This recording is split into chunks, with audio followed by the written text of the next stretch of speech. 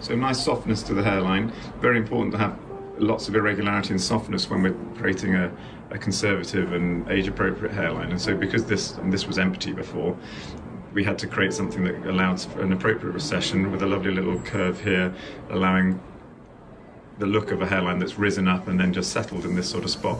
So there's nice growth, nice even density throughout. I think the density sits nicely where it should be slightly more dense in the middle here, it should be slightly softer in the corners and softer in this transition zone at the front here, where you go from the fine single hairs as we've got here to the slightly bigger single hairs to the twos, and then here we put the multiple 3 and 4 head grafts.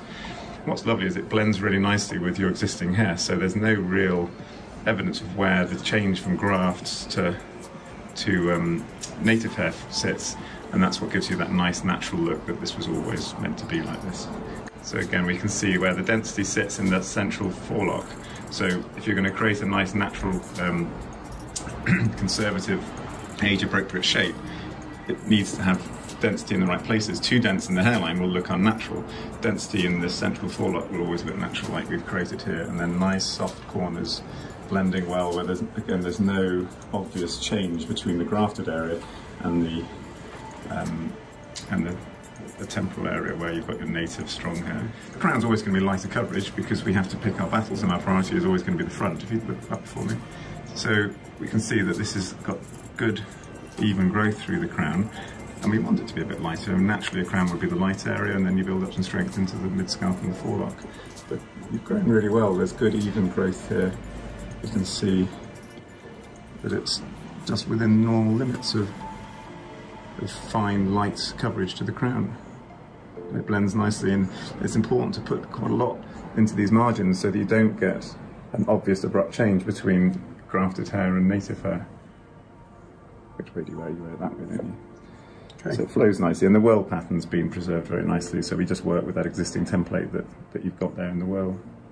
So your scar is very difficult to find. As we just comb through continuously like that, I can't find it, but we'll have a hunt for it.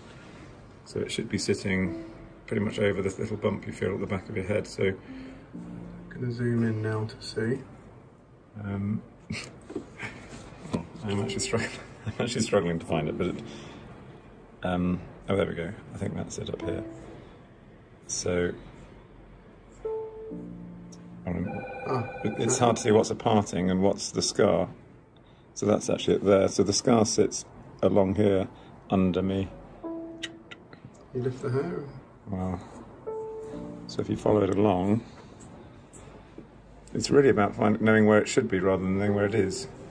I mean, you've got excellent healing characteristics, so I'm ready to turn you a little bit.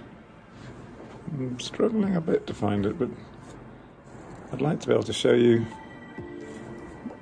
where the, here we go, trichophytic closure sits. I can just about see it. So this is the line. It's just a little white, pale little line just there, but the reason it's so nicely hidden is, one, because you've got very good healing characteristics, but also because the hair is growing right into the scar. So you can see here the hair's growing into the scar, so that's the trichophytic closure. And in situations like this, you could argue that it's a better scar and better healing and more subtle than an FUE procedure. But the challenge, of course, is that you just don't know whose skin is going to have the characteristics that can heal such a fine line. But it's lovely to see it, and it looks so discreet. Again, it's a job to find it in there. And that was a scar from over 3,000 FUT. How many was it, David? 3,042 FUT 13 months ago. There we go. So just over a year, over 3,000 graft FUT.